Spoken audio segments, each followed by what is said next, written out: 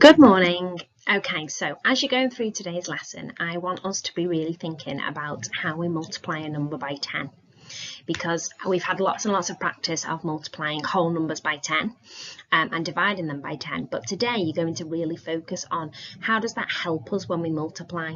So if you look at the two examples on my PowerPoint, we've got 1.2 multiplied by 3.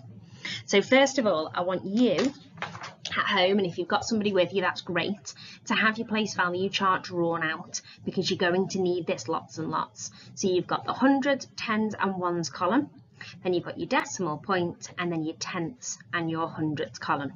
And to begin with, have lots of practice of writing different numbers on there. So you might put the number 12 on, the number 200, the number 3.4, and just have a practice and make sure we can write that number correctly on the place value chart. And then to begin today's lesson, have a go at writing the number 1.2 on your place value chart. So we should know that it's got 1, 1 and 2 tenths, 1.2. There's the number. And the reason why we're going to multiply that by 10 is because it's no fun multiplying decimals by a whole number. It's much nicer if we can turn that decimal into a whole number. And we know we can do that by multiplying it by 10. And remember, left for larger. So we're going to move our digits to the left one time, and that will make them larger. Now, if we forget how many times we've got to move our digits, remember, when we're multiplying by 10, the number 10 has 1 0, which tells us we're moving the digits once. If we were multiplying by 100, 100 has 2 zeros, so we'd be moving it twice.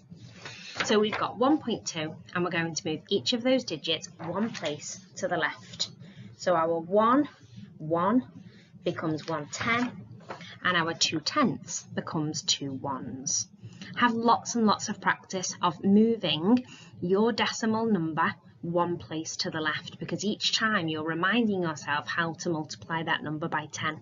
And now we've got 12 times by 3, so we've got the second part of our equation, and we should feel a little bit more confident at being able to count either in our 12s or our 3s. But let's not forget, our original question was 1.2 times by 3.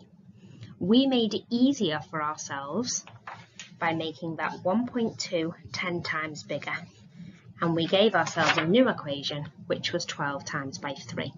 So hopefully by now you've had a little go at working out 12 times by 3, and you've found out that the product is 36.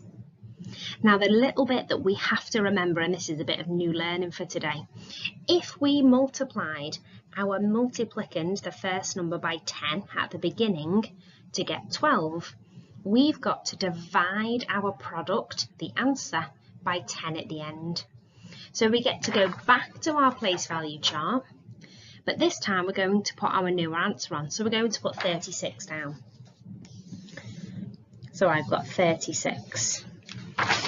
And because at the beginning we made our multiplicand 10 times larger, I'm now going to make my product 10 times smaller. So left for larger, right for small. So I'm going to move, and we learned before that I know that I've got 1 0 in the number 10. I'm dividing by 10, so I'm going to move it one place to the right. So my 6 ones become 6 tenths. My 3 tens become 3 ones. So I've now got 3.6. So my final answer, the product of 1.2 and 3, should be 3.6. And I've used what I know here to be able to help me to find that answer there.